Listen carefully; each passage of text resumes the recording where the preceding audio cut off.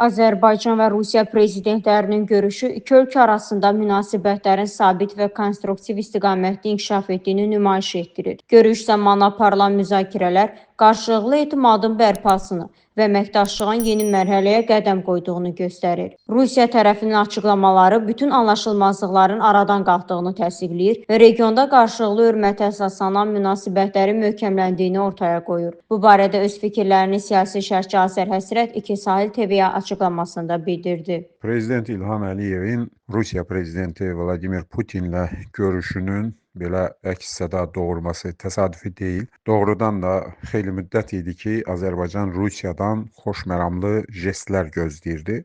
Biz, yəni Azərbaycan tərəfi daim digər dövlətlərlə, o cümlədən də qonşu Rusiya ilə normal münasibətlər üçün mümkün olan hər şeyi etmişik.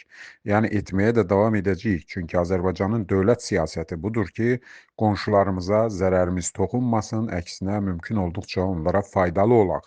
Və eyni şeyi də biz qonşularımızdan gözləyirik. Təbiidir ki, Rusiya da Azərbaycana münasibətin korlanmasının səbəbkarı biz deyilik. Yəni Rusiyanın daxilində müəyyən qüvvələr, müəyyən təbliğatçılar, müəyyən anti-Azərbaycan mərkəzlər tam gücü ilə işləyirdi və Rusiya ilə Azərbaycanın münasibətlərini pozmuşdu. Təbiidir, bizim tərəfimizdən bir daha qeyd edirəm, heç bir problem olmayıb, olan da deyil, amma Rusiya tərəfdən çoxsaylı problemlər vardı ki, həmin problemlər iki qonşu dövlət arasında münasibətlərə ciddi zərbə vururdu. Putinlə Prezident İlham Əliyevin düşənbədə keçirdiyi görüş, bu görüşün də geniş şəkildə mediada işıqlandırılması onu deməyə əsas verir ki, Azərbaycan tərəfinin narahatlıqları nəzərə alınıb. Alınıbsa, əlbəttə ki, bizim heç bir problemimiz ola bilməz. Yəni, bu baxımdan düşünürəm ki, prezidentlərin görüşünü biz müsbət dəyərləndirməliyik. Bu görüşü növbəti mərhələdə Azərbaycan-Rusiya münasibətlərinin daha üstün bir səviyyəyə daşınması üçün fürsətə çevirməliyik və Rusiya dövləti də bunu fürsət kimi dəyərləndirməlidir. Çünki Putinlə Azərbaycan prezidentinin görüşü nə qədər müsbət məcrada keçsə də, nə qədər qarşılıqlı anlaşma şəraitində keçsə də, anti-Azərbaycan qüvvələr, o Salavyollar, Zatulinlər hələ də yerində qalır. Yəni o adamların da ağzı yumulmalıdır. Onlara da təlimat verilməlidir ki, anti-Azərbaycan iddialardan, ritorikadan əl çəksinlər. Bunu kim edə bilər? Əlbəttə ki, Rusiya dövləti edə bilər. Ona görə biz Azərbaycan tərəfi olaraq indiki bu müsbət tendensiyanın daha da inkişaf etdirilməsi üçün Rusiya dövlətinin atacağı addımları gözləyirik.